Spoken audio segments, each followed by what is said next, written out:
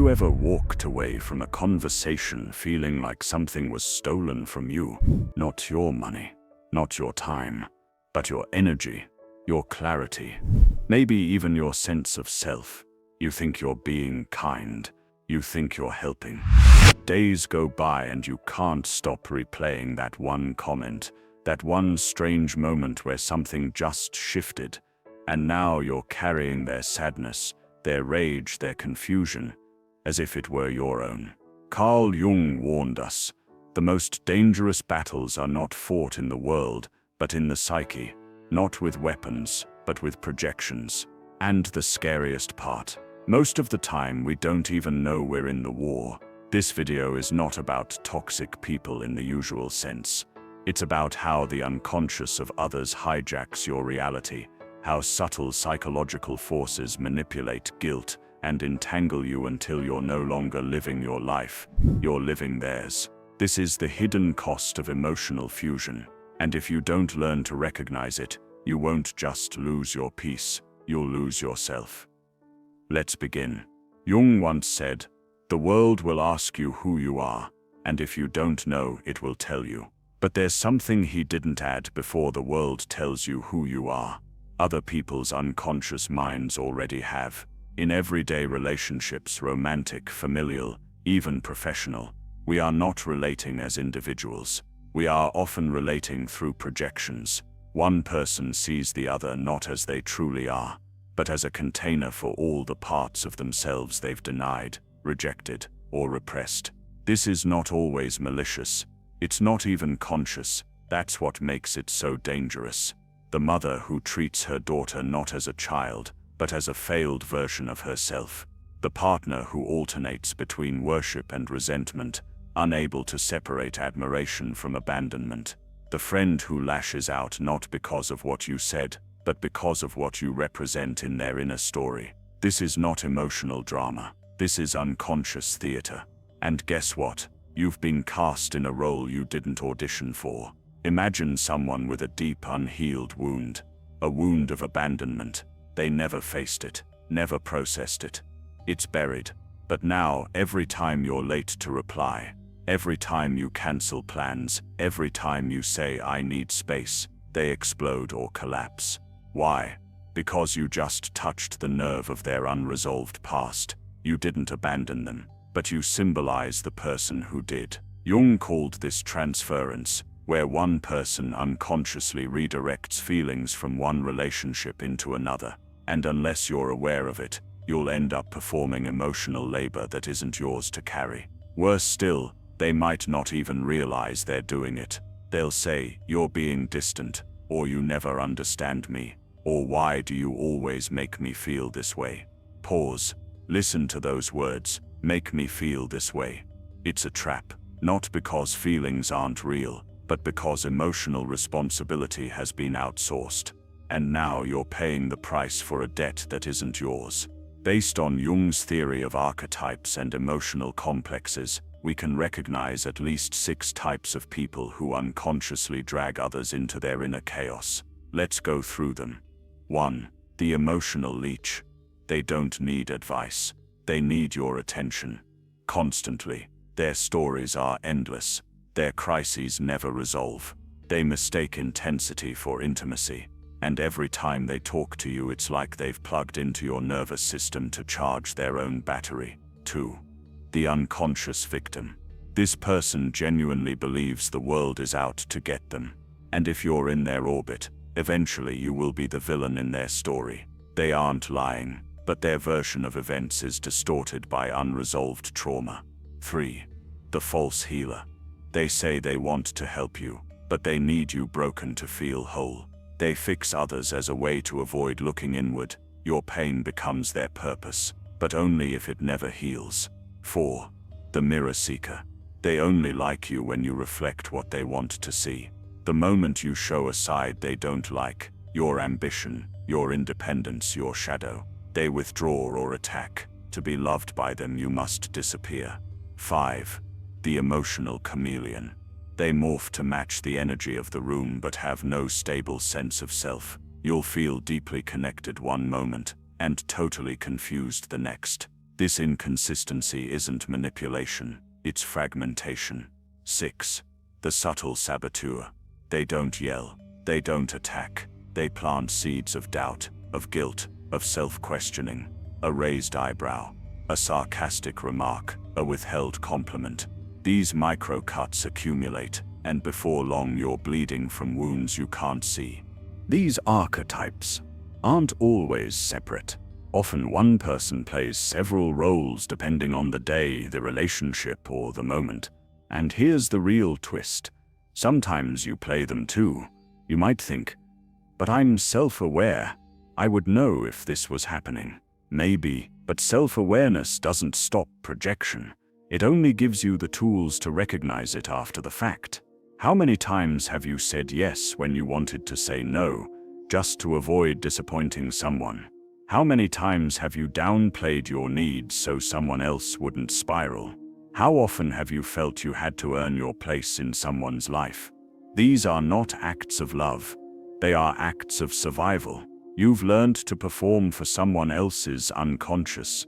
It's not your fault, but it is your responsibility to step out of that role. Jung said, "Until you make the unconscious conscious, it will direct your life, and you will call it fate. But whose unconscious is directing your life? This is where things get tricky. You might think the solution is emotional distance, detachment, coldness, but that's just another mask. What we need isn't hardness, it's clarity. Here's how you begin. Name what you feel. If you leave an interaction more confused, tense, or drained than before, pay attention. Your nervous system is often the first to recognize what your mind can't yet explain. Distinguish sympathy from enmeshment. Compassion is beautiful, but when someone's suffering becomes your identity, you've crossed a line. Set invisible boundaries. Not all walls need to be spoken. Sometimes, simply refusing to play the role they've cast you in is enough. Remember, not every cry is your call to action. Some people must learn to face their own reflection without you holding the mirror. Ironically, the best way to protect yourself from other people's unconscious is to face your own. Ask yourself, what role do I keep playing in others' lives? What parts of myself have I denied or hidden? Where am I unconsciously using others to avoid myself? Jung's ultimate message wasn't just about avoiding projection, it was about integration. To reclaim your energy, you must reclaim your identity, not the one others project onto you, not the one you perform to be accepted, but the one that emerges when you stop playing roles and start living as a whole person. You are not a mirror, you are not a canvas, you are not a therapist, a savior, or a villain in someone else's story. You are a sovereign being, and the moment you recognize the game, you are no longer its pawn. So ask yourself, what part of me did I abandon just to feel loved by someone who doesn't even see me? The answer to that question might just set you free. If emotional enmeshment is so draining, why do we keep doing it? Why do we stay in relationships that exhaust us, distort us, or even quietly destroy us? Because beneath the suffering, there's a hidden payoff. Somewhere in the chaos, we feel needed, valuable, even special.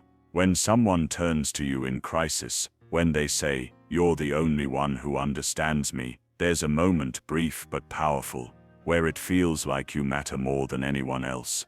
That's not love, that's psychological dependency masquerading as intimacy. And if you grew up in an environment where love was conditional, where your worth depended on being useful, quiet, pleasing, strong, then that dynamic feels familiar. It feels like home. Even if it's burning you alive, you stay not because you're weak, you stay because the unconscious mind clings to what it knows, even if it hurts. This is the soul's version of Stockholm Syndrome. You're bonded not to the person, but to the role you play in their story. And the longer you play it, the more you forget you have a story too. We often hear people say, "I'm an empath. I feel everything." But what if I told you that being an empath isn't always a gift? What if, sometimes, it's a trauma response? Jung's concept of the shadow tells us that every light casts darkness. And the so-called empath, who prides themselves on feeling others' pain, may in fact be avoiding their own. By focusing on everyone else's emotions, they don't have to face the terrifying silence of their own. So they absorb, overfunction, rescue, not from strength, but from fear. They fear rejection, abandonment, irrelevance.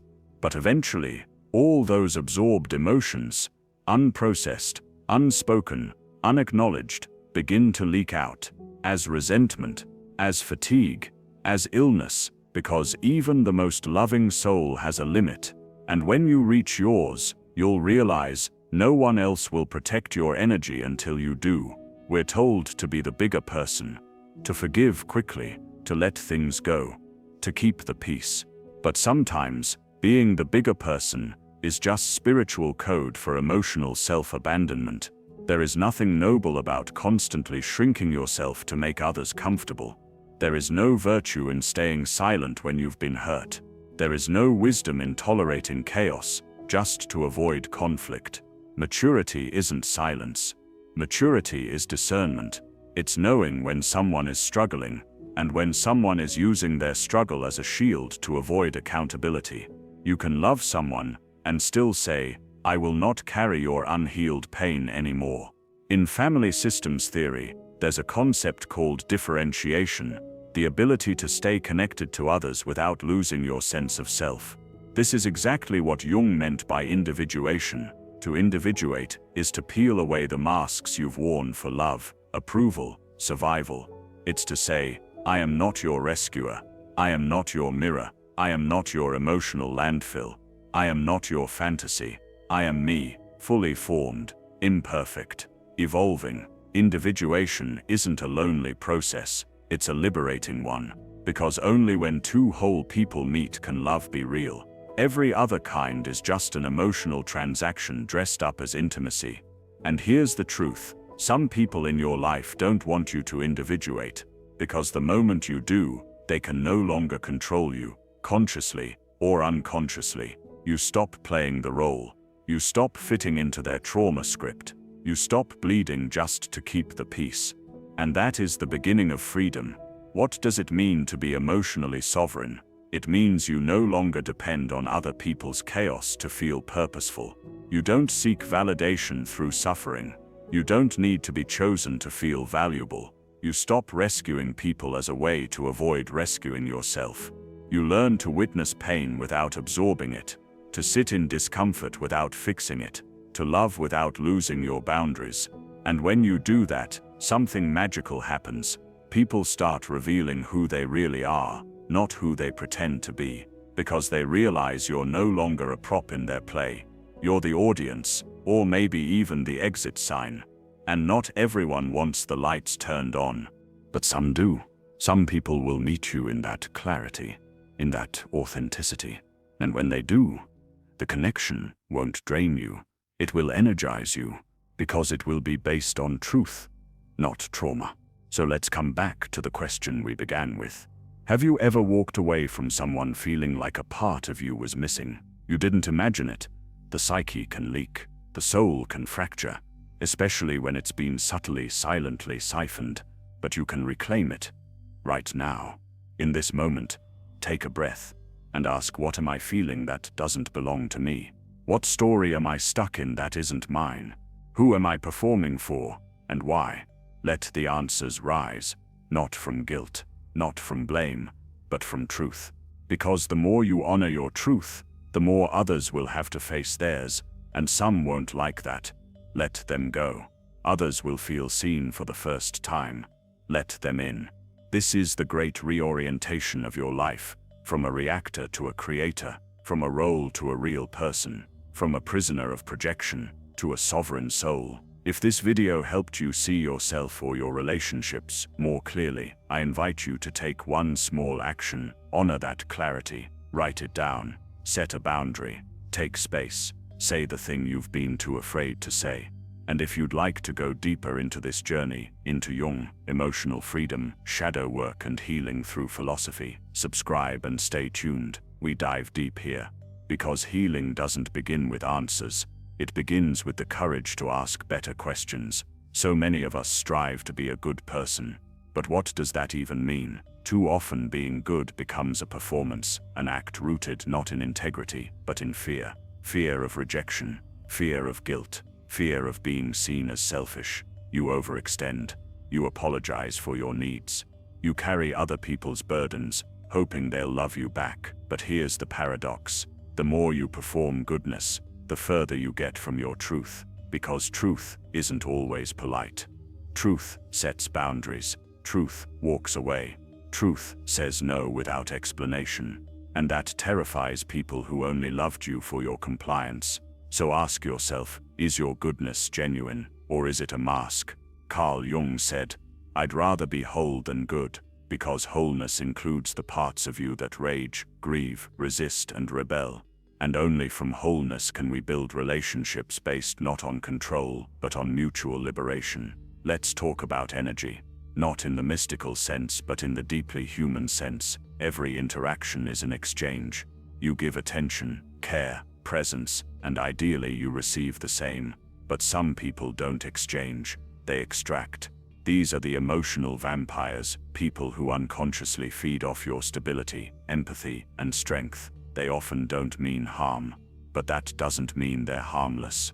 They rely on your guilt, your loyalty, your fear of being mean to keep you hooked. And over time, you notice, after every conversation, you feel drained, foggy, disconnected from yourself. That's not love. That's energy theft. Philosophically, this is the failure of reciprocity, the core principle of any ethical relationship. True love gives and receives. Extraction only takes. And the most revolutionary act you can perform in the face of extraction is to stop giving, not out of anger, but out of self-respect. Detachment is often misunderstood. People think it means apathy, coldness, withdrawal. But real detachment is a form of spiritual clarity. It's the ability to witness what's happening without being consumed by it. In Buddhist philosophy, detachment is a gateway to freedom, not because you stop caring, but because you stop clinging. You stop clinging to how others see you, to how things should be, to how you wish people would behave. You still love. You still show up. But you're no longer on an emotional roller coaster every time someone else spirals. That's not disconnection. That's liberation. Because when you stop chasing control, you make space for peace. And in that peace, you find your center again. Not the reactive self. Not the people-pleasing self. Not the exhausted caregiver. Just you.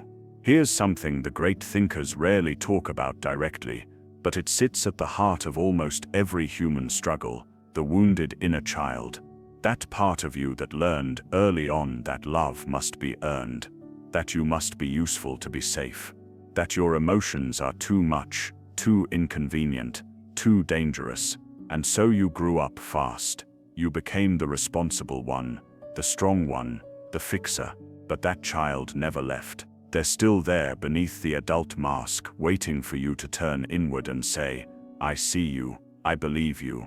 I'm sorry they didn't protect you, but I will." This is what reparenting is. It's not about blame, it's about responsibility. It's about becoming the person you needed when you were small. Not to rewrite the past, but to reclaim the future. Because healing doesn't just change how you feel, it changes who you're willing to become. Most people fear solitude. They run from silence. They fill every gap with noise, distraction, conversation. But solitude isn't punishment. It's a crucible. It's where the false identities burn away, where the distractions fall silent, where your deepest truth emerges, slowly, painfully, beautifully. Nietzsche wrote, "The individual has always had to struggle to keep from being overwhelmed by the tribe. When you're alone, you finally hear your own voice, uncensored by others' expectations. And sometimes that voice is angry, or heartbroken, or lost. But that voice is also wise. It's your compass. And the more you honor it, the less you'll tolerate relationships that ask you to mute it. This is the secret of strong people. They've walked through the fire of solitude and come out sovereign. They don't fear being alone because they are never lonely in their own presence. Forgiveness is another concept we've misunderstood. We're told it's something we do for others, that we must offer it quickly, generously, endlessly. But real forgiveness is not a gift for the other person. It's a way of removing their power over your nervous system. It doesn't mean excusing harm. It means releasing yourself from the bondage of bitterness. You forgive not to let them off the hook, but to unhook yourself. Because carrying resentment is like drinking poison and hoping the other person gets sick, in the words of Desmond Tutu. Forgiveness does not mean forgetting. It means remembering and letting go of the grip. You remember clearly. You draw boundaries. You protect yourself. But you no longer let that person live rent-free in your mind. That is how forgiveness becomes freedom. Let's end on this. You don't owe anyone access to your mind, your body, your time, or your heart. Not because you're cold, but because you've worked too hard to heal to let someone trample that growth. Your time is sacred. Your peace is sacred. Your energy is sacred. Not everyone deserves a seat at your table. Some people only show up to eat. They don't bring anything. They don't clean up. They don't thank you. Let them leave hungry. You're not cruel. You're clear. And in that clarity, you find a new kind of love, not based on need, guilt, or duty, but on freedom, respect, and mutual expansion. That kind of love doesn't just change your relationships. It transforms your entire life.